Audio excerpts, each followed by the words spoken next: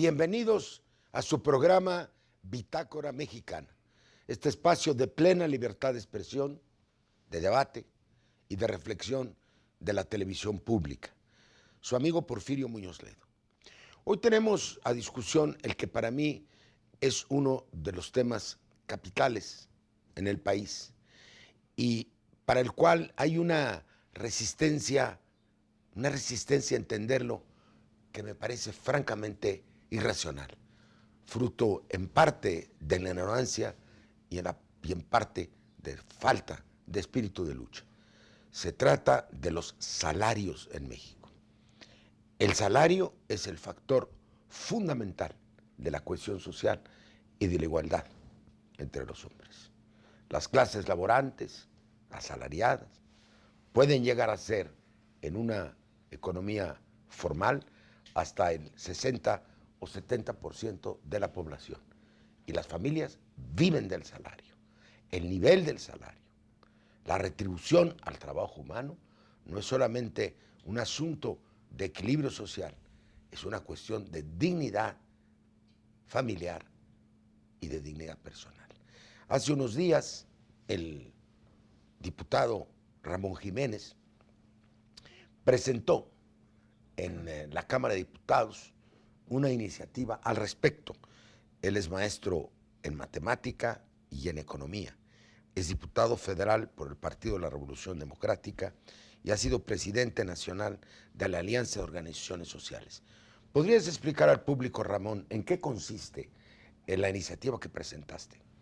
Bueno, básicamente consiste en suprimir la Comisión Nacional de Salarios Mínimos y que la función sustantiva de determinar el salario mínimo lo lleve a cabo la Cámara de Diputados. Es para todos un hecho que la Comisión Nacional de Salarios Mínimos perdió su función desde hace mucho tiempo.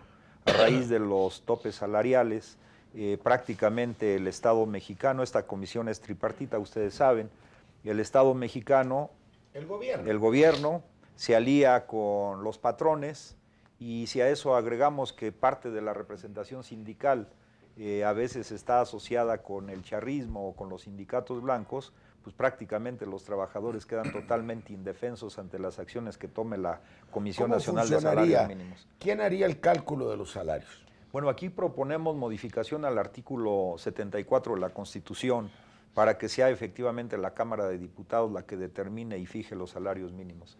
Lo haría, estamos proponiendo la creación de un instituto nacional o un centro de salarios mínimos, pero que también vea la situación del reparto de utilidades para que sea algo más integral.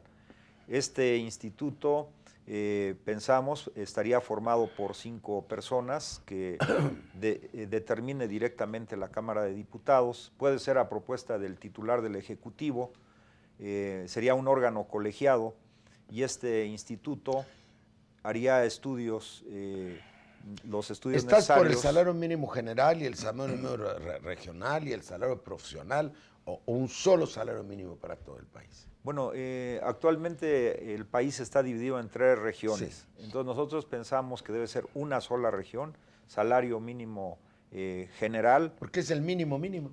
La Constitución está muy clara. A trabajo igual, salario igual. Exacto. Con sus capacidades. Exactamente. Ya tomó la palabra y es el presidente de la Comisión del Trabajo de la Cámara de Diputados, el diputado Tereso Medina, que es licenciado en Derecho Laboral, es diputado federal por el PRI, es el presidente de la comisión y es un dirigente sindical muy importante, es el secretario general de la Federación de Sindicatos del Estado de Coahuila y el secretario general del Sindicato Nacional de Trabajadores de las Industrias Metal, Mecánica, Automotriz y Autopartes. Entonces, bueno, de una vez presento a la profesora que ya ha estado en este programa, doña María Selwanzin. Ella es doctora en Ciencia Política y ella es profesora de la Facultad Nacional de Ciencias Políticas. Ella es especialista en estudios laborales y ha publicado numerosos trabajos y organizado conferencias. La última tuvo lugar la semana pasada en la Cámara de Diputados, precisamente con los sindicatos independientes de México, de Canadá y de los Estados Unidos sobre los efectos del Tratado de Libre Comercio. Oye, María, quiero decirte que el tema de los salarios mínimos es clave y hay que distinguirlo de los salarios contractuales, ¿no? Los salarios contractuales son los que se pactan. Claro. El salario mínimo es el indispensable para el básico, como dice la Constitución, para una vida digna del trabajador, de su familia, educación, etc. Entonces, yo sostengo que el salario mínimo es un derecho humano, sí, porque así lo es. Y lo es desde que lo planteó Ricardo Flores Magón en el programa del Partido Liberal en 1906, fue incorporado a la Constitución Política del país y está en todas las cartas de derechos fundamentales. ¿No crees tú que es una grave violación a un derecho humano mantener el salario por abajo de las necesidades de una familia? Es una grave violación a los derechos humanos, definitivamente. Y además hay aquí otra anormalidad en el caso mexicano, porque aquellos países que han instrumentado, algunos recientemente, políticas de salario mínimo, países que no tenían política de salario mínimo que la han instrumentado, lo han contemplado también como un instrumento muy virtuoso de regulación económica. ¿Sí? ¿Cómo?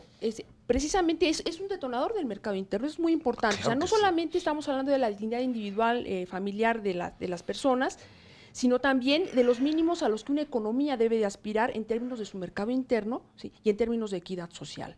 Entonces, esta función regulatoria del salario mínimo, de aquí la importancia de que exista este estándar en las políticas económicas y laborales de los países, va a garantizar ciertos niveles de consumo, ciertos niveles de actividad mínima del mercado interno, ¿sí? Y que tampoco se desplome. Y cuando los patrones lo vinculan a la productividad, ¿no es una barbaridad eso?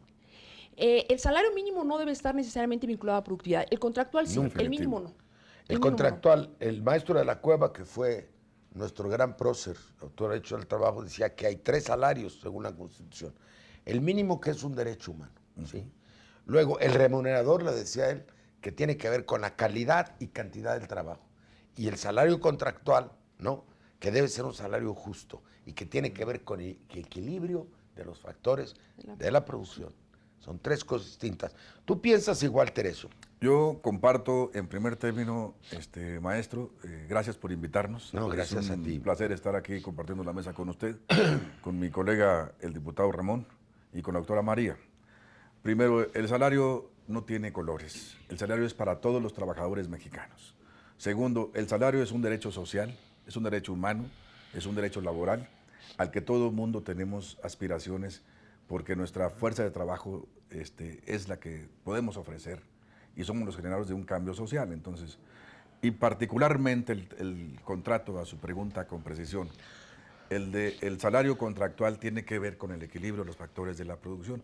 Por eso, en términos prácticos, sí coincido de que la Comisión Nacional de Salarios Mínimos cumplió su ciclo. Creo que esta comisión está muy distante de las condiciones de vida y económicas de nuestros trabajadores, y soy un partidario de que el salario se debe negociar entre las partes, entre las comisiones revisoras de los contratos colectivos de trabajo. Usted sabe, maestro, que tengo el contacto con los sindicatos, al menos de la rama automotriz y de otros giros de la industria, y que sin duda alguna, desde hace más de 10 años, para los contratos colectivos, el decreto de la Comisión Nacional de Salarios Mínimos, lo digo ahora frente a muchos trabajadores que nos están observando, he desechado las referencias de la Comisión Nacional porque no son referentes ni deben serlo para revisar los salarios contractuales como usted lo ha expresado con puntualidad.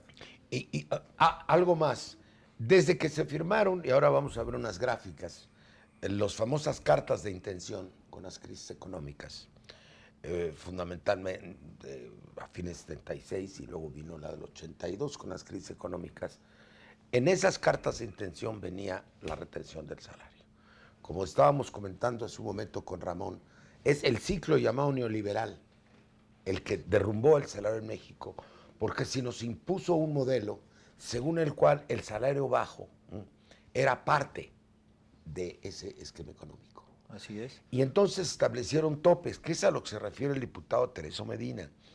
Los topes, yo creo que es el 4.5% ahora, es que la autoridad hacendaria por mandato del Fondo Monetario Internacional. No estoy haciendo literatura, no estoy haciendo un discurso político. Fui secretario del Trabajo, sé de lo que estoy hablando, sé de lo que estoy hablando. Por supuesto. Entonces, se fijó un tope y entonces el gobierno, que es la Secretaría de Hacienda, dice, este es lo que debe subir el salario mínimo. Y luego el tope se le impone a los contratos colectivos.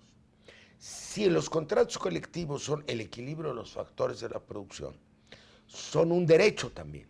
Y curiosamente es un derecho fundamental también.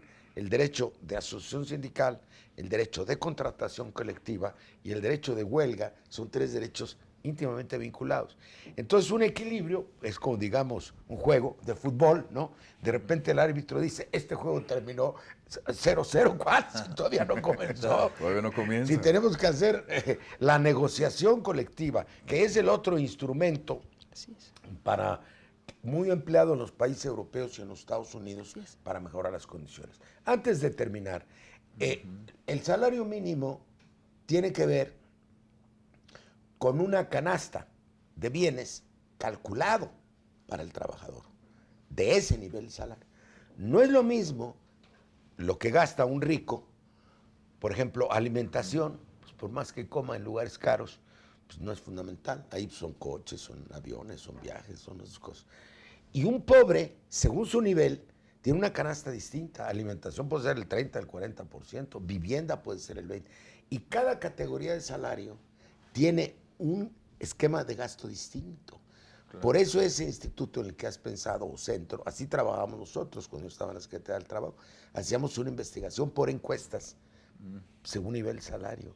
Nos dicen que ha perdido el salario, que la inflación puede ser del 3, del 4 y del 5, pero está perdiendo entre el 12 y el 14% capacidad de adquisición del salario más bajo, porque lo que concurre a formar su canasta es lo que más ha subido. Por eso nos oponemos a que se acabe el IVA en alimentos. ¿Tú verías que la Secretaría de Trabajo lo haría por una ley en alimentos y medicinas? Bueno, antes yo quisiera comentar lo siguiente. De hecho, en el periodo que usted fue secretario de Trabajo, el salario mínimo logró los niveles más altos que ha tenido nuestro país. Muchas gracias. Hay que recordar que en ese tiempo, con el salario mínimo se podían comprar 43 kilos de tortilla. Ahora, con el salario mínimo, llegamos a 6 kilos de tortilla. Entonces, la pérdida ha sido muy extraordinaria. Para que en estos momentos pudiéramos incluso tener los mismos niveles que se tuvieron en el periodo que usted fue secretario de Trabajo, se requeriría que el salario mínimo fuera de alrededor de 470 pesos al día. Entonces ha sido una pérdida devastadora para el poder adquisitivo de los trabajadores. ¿Cuánto es exactamente hoy el salario mínimo? Bueno, hay 3 regiones, pero digamos 54 pesos al día el salario mínimo. El más elevado. Más elevado, así es, de las 3 regiones. No es una vergüenza. Entonces, mundial. Por ejemplo, en Venezuela acaba de haber un aumento salarial del 20%. Y repito, para que tuviéramos niveles Eso es lo que hay que hacer. Y ahorita nos están llamando, estamos tan interesados y ha sido un diálogo tan ameno que ya se nos fue el tiempo. Vámonos a un segundo bloque.